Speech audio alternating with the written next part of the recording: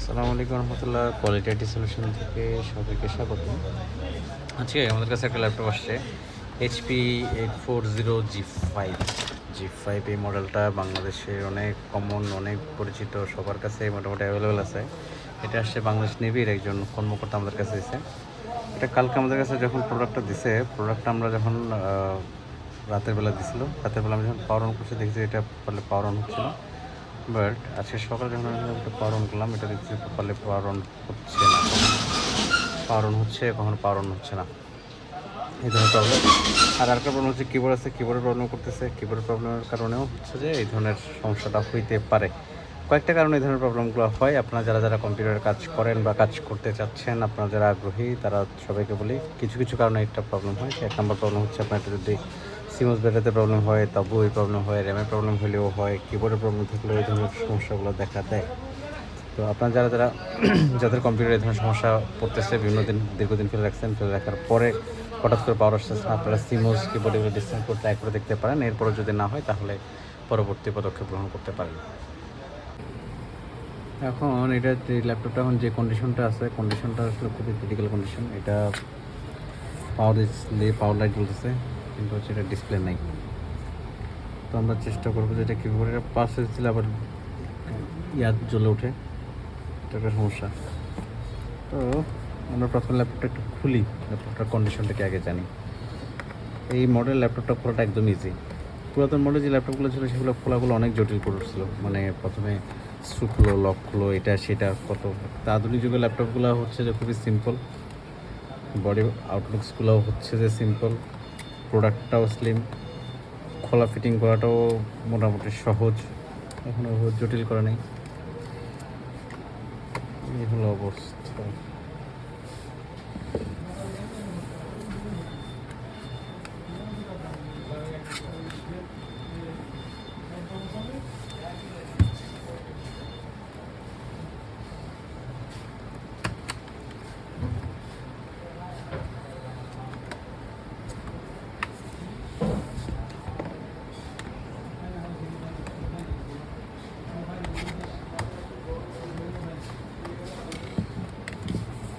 খুলো বাবা, একদম সিম্পল খোলা বাঁধা।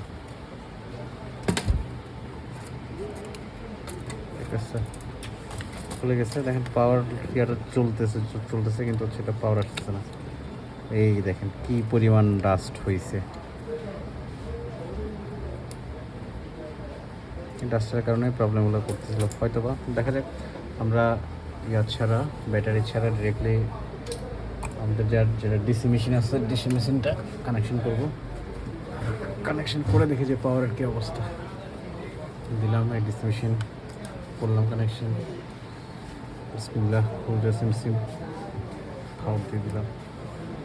ডিসি মেশিন রান করা শুরু করছে।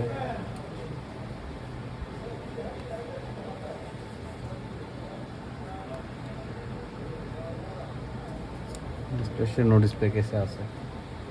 এটা 0.21 মিলি অ্যাম্পিয়ার এটা খাচ্ছিল।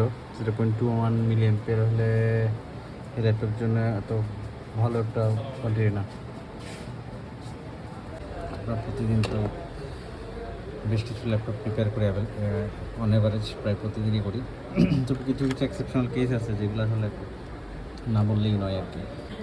মডেলটাতে প্রবলেম ছিল, নো পাওয়ার ছিল।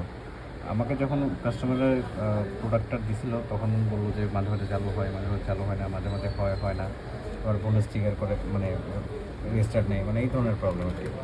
তো আমরা প্রথমে ভালো করে ইন্সপেকশন করে দেখলাম যে ঠিকমতো কী হচ্ছে কিনা। চালু করলে দেখা যাচ্ছে মাঝে মাঝে চালু হয় না, আবার কখন ডিসপ্লে আসে কখন ডিসপ্লে আসে, এই ধরনের প্রবলেমগুলো করতেছে। তো আমরা এটা মাদারবোর্ডটা পায় অনেকক্ষণ ধরে 3-4 ঘন্টা ধরে আমরা চেষ্টা করতেছি যে আসলে কোথায় প্রবলেম, কিন্তু কোনটা প্রবলেম ফাইন্ড আউট করতে পারতেছিলাম না। দেখা যাচ্ছে যে আপনার ভোল্টেজ যেগুলা প্রসেসর ভোল্টেজ, তারপর হচ্ছে ভোল্টেজ 3-5, তারপর বায়োস ভোল্টেজ থেকে শুরু করে আনুষঙ্গিক সকল ভোল্টেজগুলো অ্যাকুরেসি ছিল।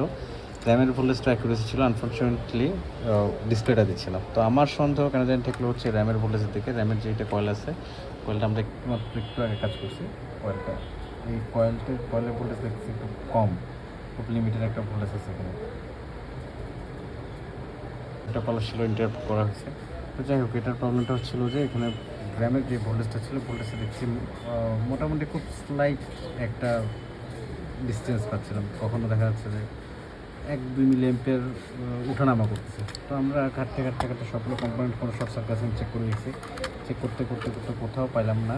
তো এন্ড একটা মোমেন্ট যখন আমার মনে হলো যে এটা শর্ট হচ্ছে, তখন আমি আমার ওই যে র্যামের যে কয়েলটা ছিল, কয়েলটা রিমুভ করে আমি এখানে ভোল্টেজ ইন করলাম। ভোল্টেজ ইন করার পরে পাইলাম যেখানে এই ক্যাপাসিটি যেটা আছে মার্ক করা, এই ক্যাপাসিটিটা হালকা করে আপনার ওয়ার্ম হচ্ছে, একদম হালকা। আমরা স্বাভাবিকভাবে জানি যে শর্ট সার্কিট হয়ে গেলে একটা জিনিস খুব ওয়ার্ম হয়ে যায়, মানে যখন ভোল্টেজ ইন করবে এটা অনেক গরম হবে বা বার্ন হয়ে যাবে, এই ধরনের একটা বিষয়। কিন্তু এটাতে এই ধরনের কোনো কিছুই নেই, খুব হালকা একটু করে গরম হচ্ছে, দেন হচ্ছে আবার স্টপ হয়ে যাচ্ছে। তো আমরা এই কম্পাউন্ডটা চেঞ্জ করে দিলাম। চেঞ্জ করার পরে দেখবো আসলে কী অবস্থা। এখনও আমরা কম্পাউন্ডটা চেঞ্জ করার পরে কম্পিউটার পাওয়ার দিইনি, আশা করতেছি এটা পাওয়ার হবে, দেখা যাক কী অবস্থা। বুঝলাম, আমরা পাওয়ার যখন ইনজেক্ট করলাম অলরেডি পাওয়ার সিগন্যাল চলে আসছে এবং আমাদের ডিসি টু পর্যাপ্ত 44742, এটা মোটামুটি একটা স্ট্যান্ডার্ড ক্যাচআপ। আমার মনে হয় আবার নামতে সাপোর্ট একবার দুটো রেজিস্টার হবে। তো এটা আমার মনে হচ্ছে একটা স্ট্যান্ডার্ড ক্যাচআপ। তো ফাইনালি এটা মনে হচ্ছে কাজ করবে, দেখা যাক কী হয়। এবং আশা করতেছি এটা ঠিকমতো কাজ করতেছে। একটা কিবোর্ড টেস্ট করি।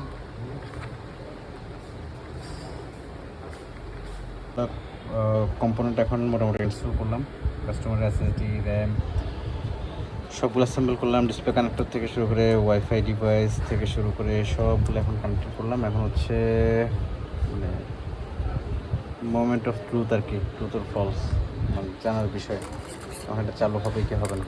আচ্ছা, ইয়াতেই তো লাগালাম, মাথার উপর লাগাই দিলাম। ফিক্সিং লাগানো শেষ হওয়ার পরে দেখি কি অবস্থা।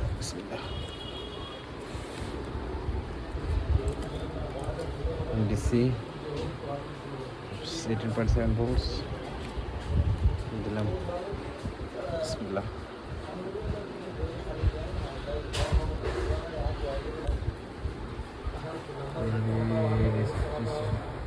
পিক আপ করা শুরু করছে, দেখুন আলহামদুলিল্লাহ আমাদের সিটিটা চালু হয়ে গেছে। আমরা যখন প্রথমে কাস্টমার আমাদেরকে প্রোডাক্টটা দিচ্ছিল, আমরা ভাবছিলাম খুবই সিম্পল ইস্যু, যে এটাতে উইন্ডোজ সেট আপ দিলে হয়ে যাবে। কাস্টমার বললো যে যতটা ডাটা আছে ফুল ফরম্যাট দিয়ে উইন্ডোজ করে দিতে, যাতে এটা ফ্রেশ হয়ে যায়। কিন্তু এটা চালানোর পরে ঘুনানি চালানোর পর দেখে আবার ডিসপ্লেশন যে অবস্থা, এখন হচ্ছে মাদারবোর্ডটা পুরো রিপেয়ার করা লাগছে। হোয়াটএভার, যাই হোক, আশা করতেছি যেহেতু আমরা রিপেয়ার করছি, আশা করি ভালো সাপোর্ট দেবে। কাস্টমার যে প্রবলেমটা করতেছে, চালু হচ্ছে, বন্ধ হচ্ছে, চলতেছে না, এই ধরনের যে প্রবলেমগুলোতে পড়ছিল, আশা করি এই প্রবলেমগুলো তার পড়বে না। কোনো কাস্টমার স্মুথলি এটা ব্যবহার করতে পারবে দীর্ঘদিন, আমরা এই কামনা করি। আর আপনারা যারা ল্যাপটপ রিপেয়ার করেন, ল্যাপটপ রিপেয়ার করাটা যেমন জরুরি, তার সাথে সাথে আপনার ক্লিনিংটাও খুব জরুরি। মাদারবোর্ডে দেখা যাচ্ছে প্রচুর পরিমাণ ডাস্ট ছিল, ময়েশ্চার ছিল, সম্ভবত এটা একটু হালকা পানিও পড়ছে, যার ফলে এখানে মরিচা চলে আসছে। এই ধরনের অনেক সমস্যা ছিল, এইগুলো কিন্তু ভালো করে টেকনিশিয়ানদের ক্লিন করে দেওয়া উচিত। আমরা চেষ্টা করছি যতটুকু সম্ভব ল্যাপটপ মাদারবোর্ডটা একদম নিট অ্যান্ড ক্লিন করে দেওয়ার জন্য। যাকে পর্যন্ত ভালো থাকবেন। আপনাদের যদি ল্যাপটপের কোনো প্রবলেম থাকে, ডেস্কটপের কোনো প্রবলেম থাকে, যদি আপনাদের কোনো সার্ভিসিংয়ের প্রয়োজন পড়তে পারে, তাহলে আমাদের সাথে যোগাযোগ করতে পারেন। আমরা চেষ্টা করবো আপনাদের যে সমস্যাগুলো সমাধান করে দিয়ে আপনাদেরকে একটা ভালো ল্যাপটপ সলিউশন দিতে। এ পর্যন্ত ভালো থাকবেন, সুস্থ থাকবেন। আসসালামু আলাইকুম।